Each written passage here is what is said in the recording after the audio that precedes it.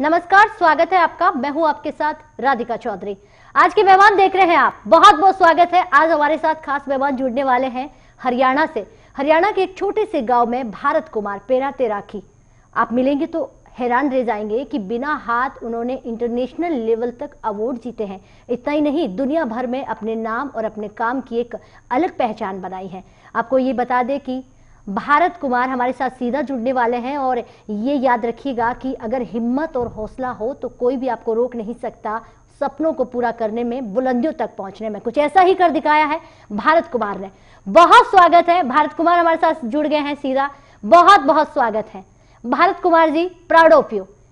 बिना हाथ दुनिया को आपने ये बता दिया मुस्कुराते हुए कि मैं भारत हूं, मुझे नहीं हारना है। अगर भारत का दीपक बुझ गया तो लोग एग्जाम्पल किसका देंगे? पहले तो आपके नाम के बारे में जानना चाहेंगे। भारत क्यों? आप कुछ और रख लेते। ये भारत किसने रखा? क्या जन्म से ही यही नाम था आपका? राधिका जी, सबसे पहले तो मैं आपको थैंक यू बोलता हूँ मुझे जेके न्यूज पर बुलाने के लिए जी। और इस इंटरव्यू के लिए आपका थैंक यू जी। तो बड़ा ही अच्छा सवाल आपने पूछा मुझसे कि मेरा नाम भारत कैसे पड़ा। तो मैं आपको बताना चाहता हूँ कि मेरी दादी जी ने मेरा नाम भारत रखा था और उनको ये नाम बहुत पसंद था क्योंकि उनका अपने देश से और यहाँ की मिट्टी से बहुत लगाव है। और वो हमेशा ही कहती थी कि क्योंकि गांव के लोग हैं, किसान लोग हैं, तो वो हमेशा अपने माटी की बात करती, हमेशा अपने देश की बात करते थे। तो उनको इस नाम से बहुत लगाव था जी। पहला तो भारत और दूसरा राम। तो इन दोनों में से एक नाम उन्होंने मुझे को देना था, तो भारत फाइनली किया गया और भारत रखा गया। अच्छा, इस तरह मेरा नाम भारत पड़ा। मुझे याद आ रहा है कि आप तो केवल भारत में नहीं, भारत से बाहर भी जाकर आपने काफी जगह पर अपना प्रदर्शन किया है, अपनी हुनर का, अपनी हौसले और पहचान का।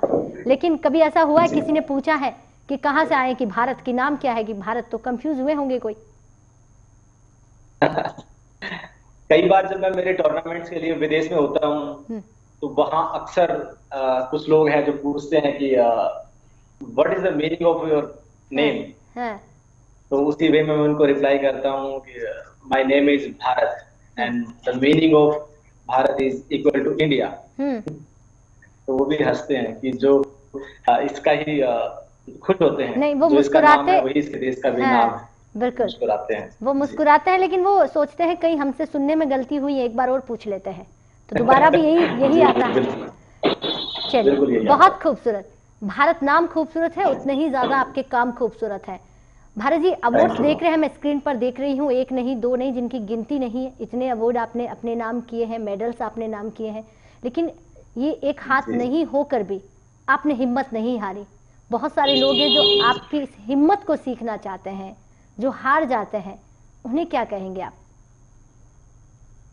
मैं इस सवाल को सुनकर बड़ा हैरान होता हूँ और मैं हैरान इसलिए होता हूँ कि अभी जैसे खुद आपने बोला कि एक हाथ ना होकर, तो मैं सोचता हूँ कि लोग हमेशा इस बात पे फोकस क्यों करते हैं कि एक हाथ नहीं है। वो दूसरी तरफ सिक्के का दूसरा पहलू क्यों नहीं देखते कि एक हाथ है। हाँ, बिल्कुल ठीक है। तो जो है उस पर फोकस किया जाए जी। जो चीज नहीं है उस पे, उसके बारे में क्या बात की जाए। तो मैं कभी भी ये नहीं सोचता हूँ कि एक हाथ नहीं है। मैं हमेशा ये सोचता हूँ कि हाँ, एक हाथ है और जो करना है इसी से करना है। अच्छा, क्या बात है।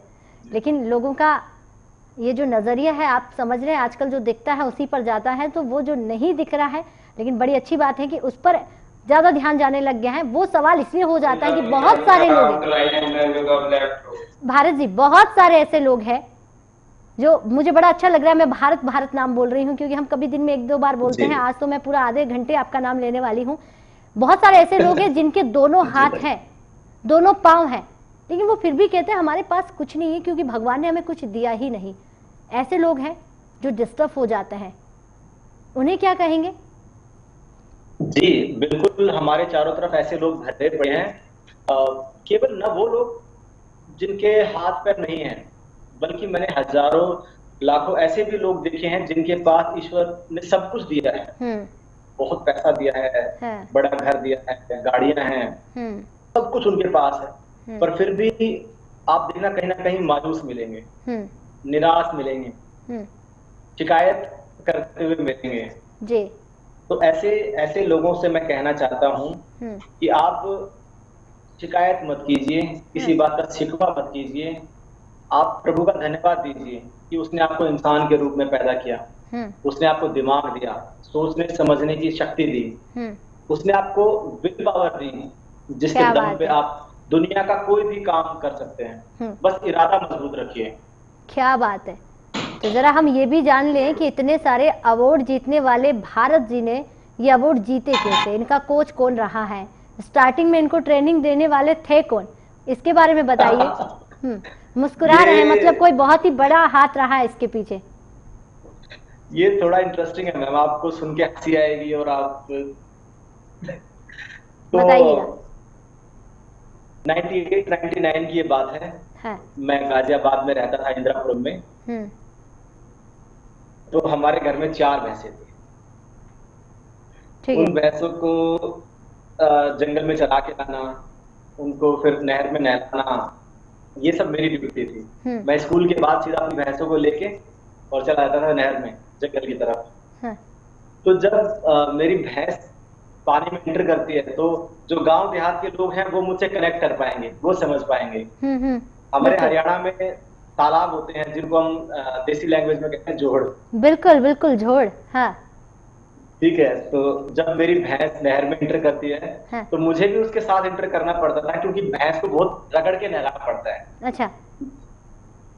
तो एक किस्म से जब मैं मेरी भैंस के साथ पानी में एंटर करता था, और बहुत छोटी मेरी एज थी, 10-11 साल के आसपास की रही होगी, तो मुझे खुद मैं पता नहीं चल पाया कि मैं मेरी भैंसों के पीछे पानी में उतरना सीख गया। उनको नहलाते नहलाते जब वो पानी में अगर डीप में चली गई हैं तो मैंने उनकी पूंछ पकड़ लिया टाइट और पैरों को फ्लिप करना शुरू कर दिया है। तो कुदरती तौर पे मैं तैरना सीख गया।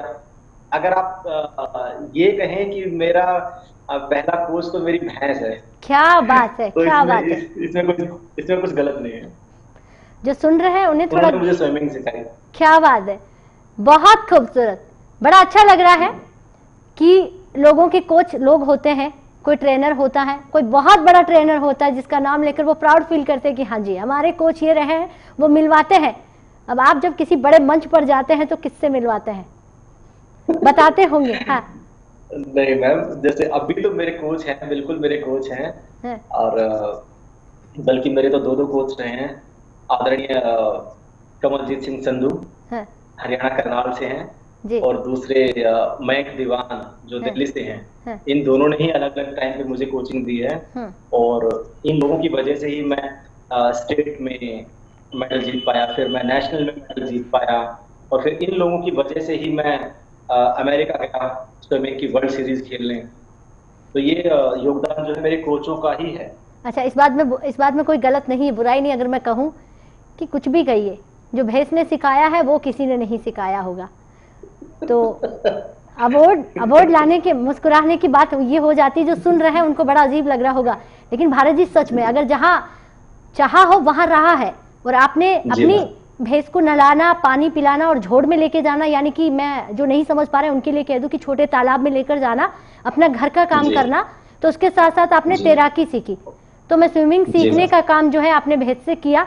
तो बड़े लोग जब सुनते हैं तो क्या ये बात जब आप विदेशों में जाते हैं, क्योंकि आम सवाल हो जाता है, पूछते हैं कि आपने इतने अवार्ड जीते हैं तो आपकी तैराकी सबसे डिफरेंट हो जाती है और बड़ा अच्छा आप जब करते हैं तो पूछते होंगे कि आपने कितनी मेहनत की और स्टार्टिंग में, तो आप यही जवाब देते होंगे। मैम बिल्कुल, और आप मुझसे नहीं, आप किसी और खिलाड़ी से भी उसके स्पोर्ट्स के बारे में जब पूछेंगे ना, तो आप देखेंगे कि हिंदुस्तान में क्या है, हर खिलाड़ी की जो स्टार्टिंग जो होती है ना, किसी ना किसी अजीब तरीके से ही होती है। अच्छा। अब जैसे मेरे सामने एक एग्जांपल था, भैंस से भी अजीब तरीके से, जरा बताइए। हाँ। नहीं, जैसे वो बॉक्सर है माइक टायसन, अमेरिका में, अगर आपने सुना हो। हाँ हाँ हाँ। तो उसको वो क्या था कि वो देवर वेंडर्स, वो जो है पटरी रेहड़ी लगाया करते थे अमेरिका में सड़कों पे, अपनी माँ के साथ। तो एक बार क्या हुआ कि पुलिस आ गई उनकी वो पटरी वहां से सड़क से हटाने के लिए। ठीक है। तो माइक टायसन ने बहुत 12-13 साल की उम्र में पुलिस वाले को एक जानदार पंच मारा था। तो जो पुलिस वाला सड़क पे गिरा, उसके सामने एक और आदमी खड़ा था और वो बॉक्सिंग का कोच था। तो उस कोच ने इस लड़के को पहचान लिया कि यार छोटे से बच्चे ने इतना जान मारा है तो इसके घुसे में बहुत जान है। तो उसने माइक टायसन को ट्रेन करना शुरू किया और माइक टायसन दुनिया की बहुत बड़ी चीज बॉक्सिंग के नाम पे जो है उभर के आई है। क्या बात तो शुरुआत ऐसे होती है मैम अक्सर जी। तो किसी न किसी की नजर पड़ जाती है आपकी मेहनत पर, आपके हुनर पर, और कुछ ऐसा ही है कि मुझे ये नहीं सोचना है कि मेरे पास एक हाथ नहीं, मुझे ये देखना है कि मेरे पास तो एक हाथ है। लेकिन वो लोग बिल्कुल कोरोना से लोग हार जाते हैं, कोरोना जैसी जंग से लोग हारते हुए नजर आते हैं कि इस कोरोना ने तो हमें बहुत परेशान किया है। अगर मैं आपके बारे में, जब बचपन के बारे में आपको देखूं, मैं आपके बारे में जितना मैंने सुना पढ़ा, जब मैं देख रही थी तो बड़ा प्राउड हो रहा था कि इतना स्ट्रगल, 5 भाइयों में सबसे बड़े, शादी सबसे पहले होनी चाहिए, लेकिन वो भी भारत जी ने नहीं की कि नहीं, सब चारों को करके फिर मैं सोचता हूँ। तो इसके पीछे भी कोई वजह रही है, बताइएगा। इसके पीछे आप मेरा नेचर कह सकते हैं, मेरा स्वभाव कह सकते हैं, क्योंकि मुझे हमेशा से ये लगता था कि असल में क्या होता है कि इंसान की फितरत होती है, वो सोचता है कि सबसे पहले मैं अपने लिए सब कुछ कर लूं और फिर बाद में देखेंगे दूसरों के लिए, औरों के लिए। पर मेरा नेचर ऐसा है कि नहीं, सबसे पहले हम हमारी फैमिली को सिक्योर करते हैं, उनके लिए लाइफ में कुछ करते हैं, फिर अपने बाद में कुछ बचेगा तो अपने लिए देखेंगे जी। तो इसलिए पहले मैंने मेरी बहनों की शादी की, फिर मेरे भाइयों की शादी की, फिर खुद की जॉब लगाई और अभी मैं जॉब पे भी हूँ, गवर्नमेंट जॉब पे हूँ। तो अब मुझे लगता है कि हाँ, मैंने मेरा जो फर्ज है, मेरी जिम्मेवारियां हैं मेरे परिवार के प्रति, लेकिन भारत जी तो इतना मैंने आपके बारे में सुना है कि ये गवर्नमेंट जॉब जो बता रहे हैं आप, इतनी आसानी से नहीं मिली। जो सुन रहे हैं उनको लगेगा देखिए इनके साथ तो किस्मत थी, इनका लक अच्छा था। ऐसा है नहीं, क्योंकि बिल्कुल आसानी से जीवन में कुछ नहीं मिलता मैम। और आप पहले अपने जो है स्पोर्ट्स में हमने मेडल जीते हैं, स्टेट के, डिस्ट्रिक्ट के, नेशनल के, फिर इंटरनेशनल। उसके बाद जाके गवर्नमेंट हमें एक सर्टिफिकेट बना के देती है जिसको हम ग्रेजुएशन बोलते हैं।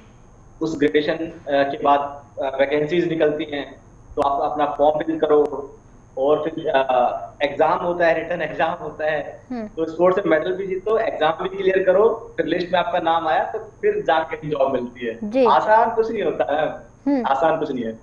आप मुस्कुराकर क्या सिखाना चाहते हैं? जो लोग देख रहे हैं वो देखेंगे कि 30 मिनट में सिर्फ भारत जी मुस्कुरा ही रहे थे और हर बार एक पॉजिटिव लाइन के साथ साथ बहुत बड़ा एग्जाम्पल देते जा रहे थे। भारत जी, जहां मैंने सुना कि स्टार्टिंग में पैसों की बड़ी तंगी रही है, चाहे आपको कुछ भी करना हो तो उसके लिए नहीं थे पैसे, तो गाड़ियों तक की साफ सफाई करना, उससे जो मिलता उससे आप अपने काम को आगे बढ़ाया। बहुत सारे लोग हैं भारत जी इस दुनिया में, बहुत सारे ऐसे जिनकी हम गिनती नहीं कर पाएंगे। क्या पता आपकी इस कहानी से वो अपना जीवन बदल दे, क्योंकि इसके पीछे यही जरिया हमारा भी कि भारत जी आपसे दुनिया भर के लोग कुछ सीखें, वो लोग सीखे जिनके हम घर जाकर तो उनको नहीं बदल पाए, क्या पता हमारी बातें सुनकर वो अपने जीवन को बदल दे। जी, तो भारत जी तक आवाज पहुंच पा रही है? जी भारत जी बताइए। हाँ जी जी मैम। तो मैम जैसे होता क्या है कि मैं एक साधारण परिवार से हूँ, बहुत साधारण परिवार से हूँ। और आपको आवाज आ रही है मैम मेरी? जी बिल्कुल।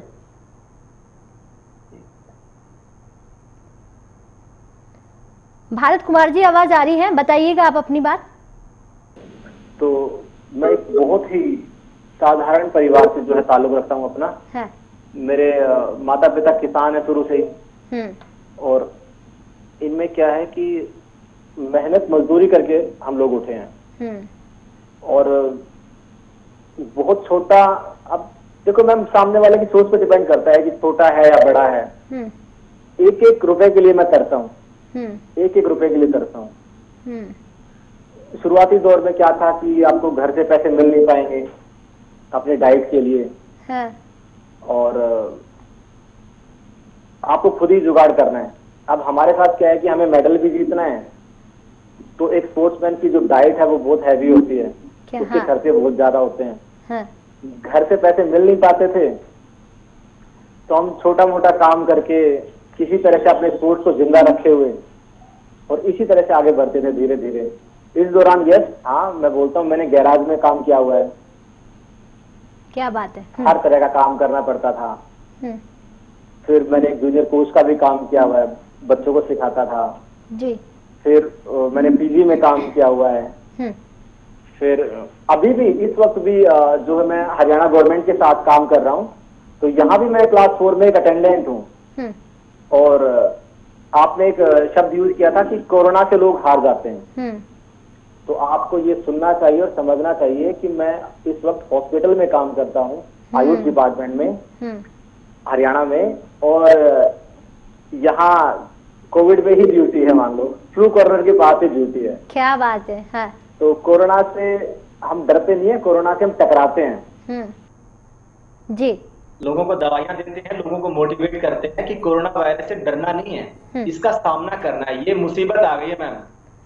अब या तो आप भाग लो, रन अवे, या तो आप भाग लो, या फिर कोरोना के सामने डट के खड़े हो जाओ और उसको पीटना है तो फिर उस चीज में भाग लो, पार्टिसिपेट करो। क्या बात है, बहुत सुंदर। भाग लो और भाग लो में अंतर है। बहुत सुंदर। देखिए भारत जी, आप तो हार नहीं मानने वाले हैं, ये तो जानते ही हैं। इस बात में तो कोई दो राय नहीं है। आपने कहा कि या तो फिर कोरोना के सामने डटकर खड़े हो जाओ और या फिर आप भाग लो। तो ये जैसा आपने बताया, मुझे लग रहा है कि कहीं ना कहीं जो लोग आपके साथ काम कर रहे हैं, जो लोग आपके साथ बैठ रहे हैं, वो आपसे बहुत कुछ सीख रहे होंगे। भारत जी, ये बताइए, इतने अवार्ड जो आपने लेकर हाथ में, जो आपकी मैं तस्वीरें देख पा रही हूँ, जिस तरह के अवार्ड्स आपके हाथ में है, मैं मेडल्स की बात करूं जो आप पकड़ नहीं पा रहे हैं, कहां कहां अब तक आप खेले और कितने मेडल्स आपके पास हैं? किसी के पास तो एक भी नहीं, आपके पास तो बहुत सारे हैं, गिनती की होगी आपने। काफी है मैम, 50+ तो है। आपके डिस्ट्रिक्ट के मिला के, स्टेट के मिला के, नेशनल के मिला के, इंटरनेशनल के मिला के काफी ट्रॉफीज हैं। आप तो घर पे आए हैं, आपने देखा है। जी जी। काफी मेडल्स हैं, ट्रॉफीज हैं। तो अच्छा है, काफी है मैम, ठीक है। बिल्कुल। और अभी ये कंटिन्यू है मैम, आप लगे हुए अपनी मेहनत पे। मैं हर साल मेडल। मैं अपने दर्शकों को ये बता दूं कि मैं जब आपके घर आई थी, आप ही पर ये थोड़ा सा रिसर्च करने, जब देखने के लिए तमाम चीजें, मैंने एक चीज बड़ी खूबसूरत देखी। जिस तरह के जो जवाब आप अभी बैठकर स्क्रीन पर दे रहे हैं, टीवी पे बैठ के दे रहे हैं, वही वहाँ हाल थे कि कहाँ जीते हैं। अभी तो 50-60 के प्लस है। इससे अरे आपके लिए बड़ी हल्की सी बात है 50-60। मैं तो सोच रही थी एक हो जाता मेरे पास तो भी बड़ा अच्छा होता, लेकिन ये जो 50-60 है, इसके लिए बड़ी मेहनत करनी पड़ी है। यकीनन ये चीजें हमने बहुत करीब से देखी है। जिस तरह घर का जो माहौल हमने आपका देखा, बहुत पॉजिटिव। जिस तरह आपने पूरे घर को बनाना, एक छोटे से, मैं कहूंगी कि घर बनाने तक की जिम्मेदारी आपके कंधों पर थी। भाई बहनों की शादी की बात करें, तमाम वो चीजें आपके कंधों पर थी, लेकिन आप कभी डगमगाए ही नहीं, मुस्कुराते रहे। अब एक सवाल, शादी कब करनी है, ये जिम्मेदारी के साथ साथ पूछना चाहूंगी। अब सब हो गया है या भारत जी के कंधों पर अभी भी कोई जिम्मेदारी है? मैम मेरे तो जिम्मेदारियां और मेरे फर्ज तो मैं निभा चुका सारे। आपने अच्छा, बहुत अच्छा और इंटरेस्टिंग सवाल पूछा है कि शादी कब करनी है। तो मैम शादी करने के लिए बिल्कुल मैं रेडी हूँ और मेरा मन है। पर मैं आपको सच बताऊं तो काफी लड़कियां और उनके माँ बाप ये कह के मना कर देते हैं कि इसका एक हाथ नहीं, हम इसे शादी नहीं करेंगे। ऐसा बहुत बार हुआ है, कई सालों से ऐसा हुआ है। तो अब उनकी सोच को तो बदल नहीं सकता जी। मैं ढूंढ रहा हूँ, इंतजार कर रहा हूँ उस लड़की का जो सिर्फ मेरी डिसेबिलिटी ना देखे, मेरा हौसला देखे, मेरी हिम्मत देखे, मेरे मेडल्स की तरफ देखे और उस जज्बे की तरफ देखे कि मैंने कभी हार नहीं मानी। मैं लाइफ के सामने, लोगों के सामने पॉजिटिविटी के साथ खड़ा हूँ और आज भी मैं जो है मेरी लड़ाई जारी है और मेरी मेहनत भी जारी है। और ऐसी कोई लड़की है जो मेरे मन को समझे, मेरी बातों को समझे, क्या बात है, वेलकम है। वो जो नहीं समझ रहे उनको छोड़ दीजिए। बहुत बहुत लकी है आप, बहुत किस्मत वाली होगी, क्योंकि यहाँ वर्ड इसलिए आ जाता है ये बीच में कि जिसने बचपन से लेके अब तक अपनी जिम्मेदारी से ज्यादा परिवार की जिम्मेदारी को सर आंखों पर रखा, जिसने अपने परिवार की सारे काम पहले पूरे किए और खुद को पीछे रखा। कहीं ना कहीं ऐसा तो, क्योंकि आप ही बता रहे थे बचपन में ऐसी चीजें कि रिश्ते आते हैं कर लीजिए, लेकिन नहीं, अभी नहीं करना है, लेकिन अब करना है। तो जो मेडल्स जीते हैं वो एक अलग बात हो गई है। जिस तरह आपने प्राउड के साथ पूरे देश भर को प्राउड करवाया, एक जगह नहीं इंटरनेशनल लेवल तक आप खेले हैं, तो बहुत जल्दी ये सपना आपका पूरा होगा। लेकिन ये चीज समझ में आई, उस दिन तो नहीं थी, आप मना कर रहे थे, लेकिन आज भारत जी कह रहे हैं कि मेरी इच्छा भी है, मेरा मन भी है कि अब कोई ऐसी लड़की हो जो मुझसे शादी करे, इस हाथ को नहीं देखे पर वो दूसरे हाथ को देखे, ये हाथ बनकर आए, बहुत जल्दी आपकी इच्छा पूरी हो। लेकिन आप मुझे ये बताइए, बिल्कुल, ये जो मुस्कुरा के आप जितने सारे सवालों के जवाब दे रहे हैं, बहुत जरूरी है भारत जी बाकी सारे लोगों को युवाओं को जो रोजगार नहीं मिल पाता है, नौकरियां नहीं मिल पाती है, फेल हो जाते हैं, हार जाते हैं एक नंबर से, उनके लिए ज्यादा हो जाता है कि अब हमें नहीं करना है क्योंकि हमारी किस्मत में ही नहीं लिखा है। क्या आपके साथ ऐसा हुआ है? कितनी बार हारे हैं आप अवार्ड्स तक पहुंचते पहुंचते? मैम हारा तो मैं कभी नहीं हूँ मैम। मैं तो सीखता हूँ कुछ ना कुछ, मैं कभी नहीं हारता मैम, मैं हार मानता ही नहीं। हाँ, और क्या रही बात बेरोजगारी की या नौकरी की, हाँ, तो मैम आदरणीय कलाम साहब, हमारे राष्ट्रपति जी, पूर्व राष्ट्रपति जी, अखबार डालते थे सुबह लोगों के घरों में, दुकान पे काम करते थे, छोटी सी दुकान पे काम करते थे। उन्होंने कभी हार नहीं मानी, फिर जाके देश के सबसे बड़े साइंटिस्ट बने, फिर राष्ट्रपति बने। Honourable prime minister Modi ji, सबको पता है, चाय की दुकान पे काम करते थे, चाय बेचते थे, और आज देश के प्रधानमंत्री हैं, सर्वोच्च पद पे हैं। तो मैम हार नहीं माननी चाहिए। और रही बात नौकरी की या रोजगार की, तो मैम अगर आपके इतना सा भी इरादा आपका मजबूत है ना, तो हजारों लाखों काम है। मैं तो कहता हूँ काम ज्यादा करने वाले कम है। क्या आप घर बात से है? बाहर निकलिए तो सही, आप काम ढूंढिए तो सही। यार काम नहीं मिलेगा। मैं कहता हूँ काम ज्यादा है, लोग करने वाले नहीं है, उनकी नीयत नहीं है। उन्होंने अपने मन में एक डर बिठा लिया है कि मैं छोटा काम क्यों करूं, मैं ये गंदा काम क्यों करूं। गंदा कुछ नहीं है मैम, गंदी तो आपकी इंसान की सोच है। क्या काम बात कोई छोटा नहीं होता। अब्दुल कलाम साहब अखबार बेच सकते हैं, आदरणीय प्रधानमंत्री जी चाय बेच सकते हैं। मैं खुद गैराज में काम करता था मैम, जरूरत थी तो करता था। आज मैं भी सरकारी नौकरी पे हूँ। बहुत सुंदर। सब ठीक हो जाता है। हिम्मत रखिए, सब ठीक हो जाता है मैम। थोड़ा सा समय दीजिए, थोड़ा सब्र कीजिए, हिम्मत रखिए, सब ठीक हो जाता है। अपनी सोच को पॉजिटिव रखिए, अपने दिल को मजबूत रखिए, एक दिन सब बदल जाता है। जी, क्या बात है, बहुत सुंदर, बहुत प्राउड। Thank you. लोग कम है और काम ज्यादा है, करने वाले कम है, लेकिन कहीं ना कहीं हिम्मत है, मुझे लगती है कि वो आपको बरकरार रखनी होगी जो भारत जी के अंदर कूट कूट कर भरी हुई है। कुछ भी करवा लीजिए, कहीं पर भी भेज दीजिए, और ये कहते हुए बिल्कुल नहीं वो पीछे हटेंगे, शर्माएंगे कि मैंने गैराज में काम किया है, भैंस की पूंछ से तैराकी सीखी है, वो मेरा बैकबोन मजबूत था जिसे मैं आज प्राउड के साथ मंच पर रख रहा हूं। अगर लोग ऐसे समझने लगे, और आपने बहुत अच्छे उदाहरण के साथ समझाया, अगर ऐसे लोग करने लगे तो ये जो खत्म हो जाएगी, मेरे पास काम नहीं है, मेरी किस्मत नहीं है, मेरे पास कुछ भी नहीं है, और आप जैसे लोग मुझे लगता है कि उदाहरण बनकर सामने आ जाते हैं और लोगों की हिम्मत बढ़ाते हैं। मैं तो आपसे ये भी कहूंगी कि आपकी कहानी जितने भी लोग पढ़ते हैं, सुनते हैं, आपसे मिलते हैं, वो आपसे कुछ ना कुछ सीख कर जाते हैं। तो फिर ये देखना ही गलत है कि हाथ ही नहीं है, ये देखना कि हम इनसे कितना सीख पा रहे हैं, कितना सुनकर हमें अच्छा लग रहा है। बड़ा गर्व होता होगा आपके परिवार वालों को, जो मैं मिलकर जब आपके माता पिता से बात कर रही थी, आप तो मिले हैं। बिल्कुल, बहुत प्राउड। तो ऐसे करना है कि आपके माता पिता को कभी ऐसा नहीं लगे कि मैं शायद बचपन से ही इसको ऐसा कुछ कर देती तो आज हमारे सामने ये दुख नहीं आता, बेटे की जिम्मेदारी हमारे कंधों पर नहीं होती। लेकिन भारत जी ने तो अपने परिवार की जिम्मेदारी ऐसे कंधों पर ली कि वो परिवार कहता है कि एक बेटा नहीं, ऐसे 4 बेटे हो तब भी कोई दिक्कत नहीं, हमारे खून में वो है। तो भारत जी, दादी ने नाम तो रखा और आपने उस नाम को बरकरार रखा और आगे लेकर गए। आप मुझे ये बताइए, बहुत सारे लोग हैं ऐसा आप जैसा बनना चाहते हैं, आपसे सीखने कितने लोग आते हैं, पूछते हैं फोन करके कि जरा बताइए कैसे करते हैं आप ये सब? ये बहुत अच्छा आपने सवाल पूछा है मैम। मेरे पास दोनों तरह के लोग आते हैं जी। बहुत ही मायूस लोग भी आते हैं और वो लोग भी आते हैं जो कुछ सीखना चाहते हैं। ठीक है।